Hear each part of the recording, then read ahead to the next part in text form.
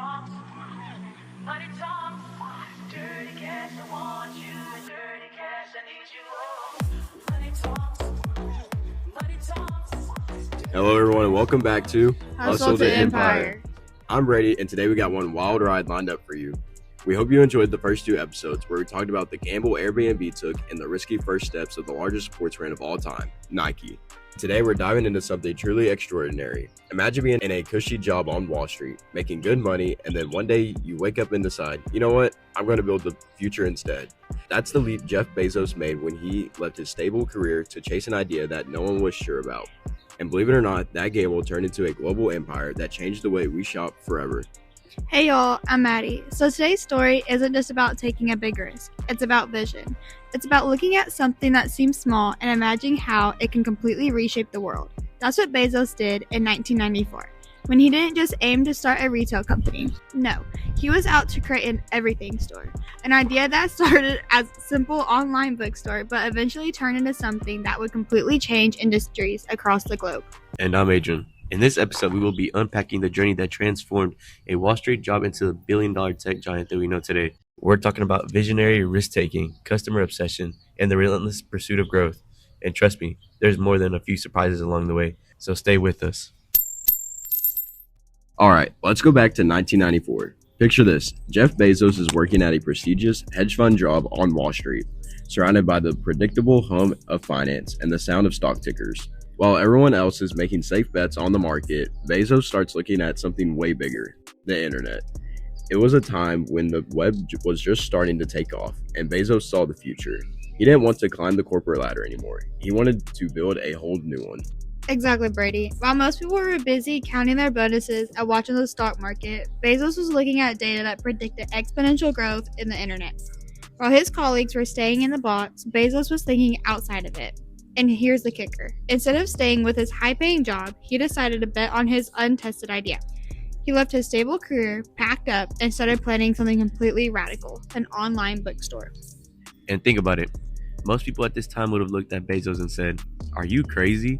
I mean, it's one thing to dream about the future and another thing to entirely quit your job, leave your financial security behind, and dive into a completely unknown market.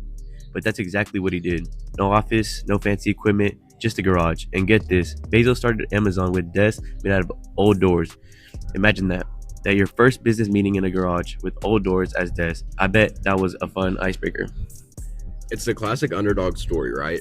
But here's the thing, that garage wasn't just a humble workspace. It became the birthplace of a revolution. Books were the starting point for what Bezos called the everything store. He knew that by mastering one product, he could prove his concept and eventually sell just about anything. And even back then, his dream was bigger than just selling books online. He had his eyes set on a dominating e-commerce.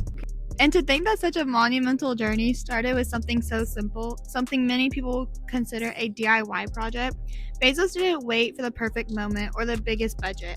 He worked with what he had, and most importantly, he trusted his vision. It's a perfect lesson in believing in your idea even when it seems like everyone else doubts it.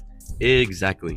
And while a lot of us might worry whether we remember our lunch or whether we can afford to pay the bills, Bezos was out here making moves that would entirely shape the future of commerce. His decision to leave his job wasn't about finding the perfect time. It was about seeing the future and being willing to take a huge risk. Sometimes that's all it takes, trusting your gut and diving in. So Amazon gets off the ground, and after that bold leap, the focus shifts to growth. But not just any kind of growth that's built on a deep obsession with the customer. Bezos was all about customer satisfaction, and this would be the key to Amazon's success. Right. One of Amazon's early cultural secrets was the 2-pizza rule. Basically, if a team was too big to be fed by 2 pizzas, then it was too big to function efficiently. 2 pizzas?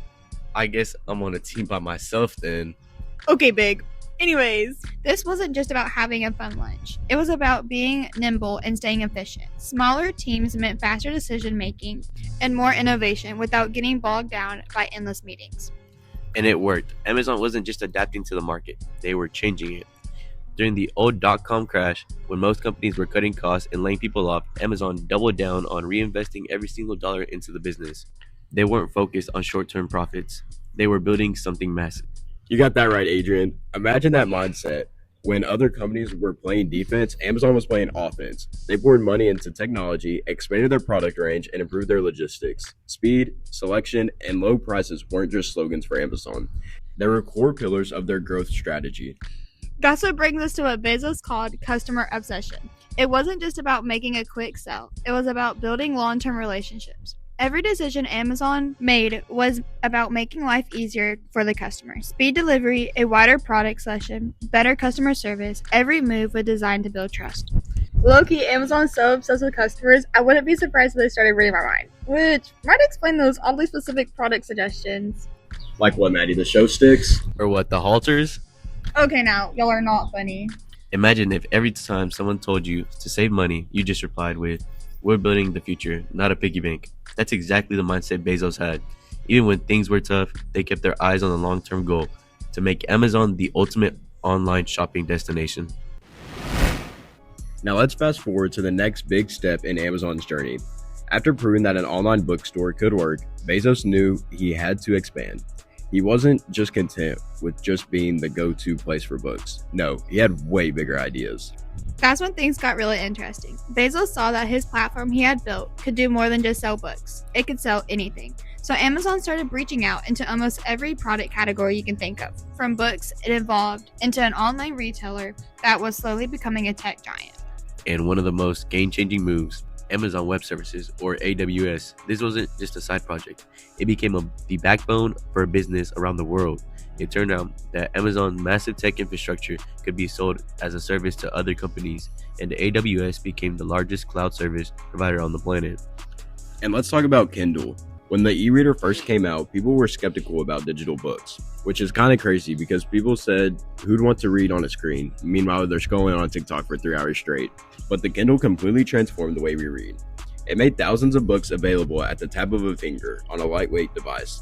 It wasn't just an innovation for the sake of it. It was about improving the entire reading experience. And then there's Prime. Amazon Prime changed the game. It wasn't just about getting products to your door fast. It was about creating an ecosystem. Prime customers didn't just want fast shipping. They wanted an experience. And Amazon Delivery turning Prime into one of the most successful membership programs in history. These weren't just random bets. They were calculated risks that fit right into Amazon's customer-first philosophy. By diversifying into cloud computing, media, and logistics, Amazon didn't just grow. It dominated the entire business. Amazon Prime is like that clingy friend.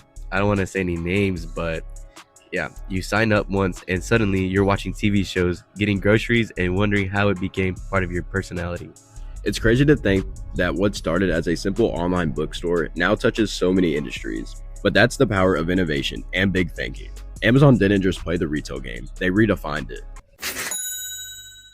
So what's the takeaway from today's episode? Simply put, play the long game, focus relentlessly on the customer, and always push the envelope. Bezos left his secure career for a risky idea that turned into a $1 trillion empire. And it all started with one bold decision. Exactly. Innovation doesn't come from having all the answers right away. It comes from believing in your vision and being willing to make sacrifices to make it happen. Amazon's story proves that big dreams require big risks. And for everyone that's out there who's got a dream, just like me, remember that every empire starts with one bold move. Sometimes it's a gamble, sometimes it's a calculated risk, but it always starts with trusting yourself and your vision. And hey, if you have to build your first desk from an old door, who knows where it might lead. Jeff Bezos' journey shows us that greatness isn't just about what you do, it's about how you do it. The willingness to challenge the norm, the passion to push through when it gets tough, and the vision to see what's possible when no one else does, that's the spirit that built Amazon into the powerhouse it is today. So, if you're wondering if that risk is worth it, just look at Amazon's story. Vision, passion, and a relentless focus on the customers can truly change the world. That's the Amazon playbook. Think big, work hard, and always keep the customer at the heart of every decision. And yes, have a little fun along the way. That concludes our final episode of Hustle to Empire. If you enjoyed this deep dive into the rise of Amazon and Jeff Bezos, and remember, every empire starts with one bold step, and sometimes a little humor to keep you going. If you like this series, make sure to subscribe, leave us a review, and share this with all the dreamers and hustlers you know. Let Bezos' story remind you to take that jump, keep creating, and never stop pushing forward. Thanks for listening. This is our last episode, so go dream big, keep your customers in mind, and remember, one bold idea can spark your empire. talks.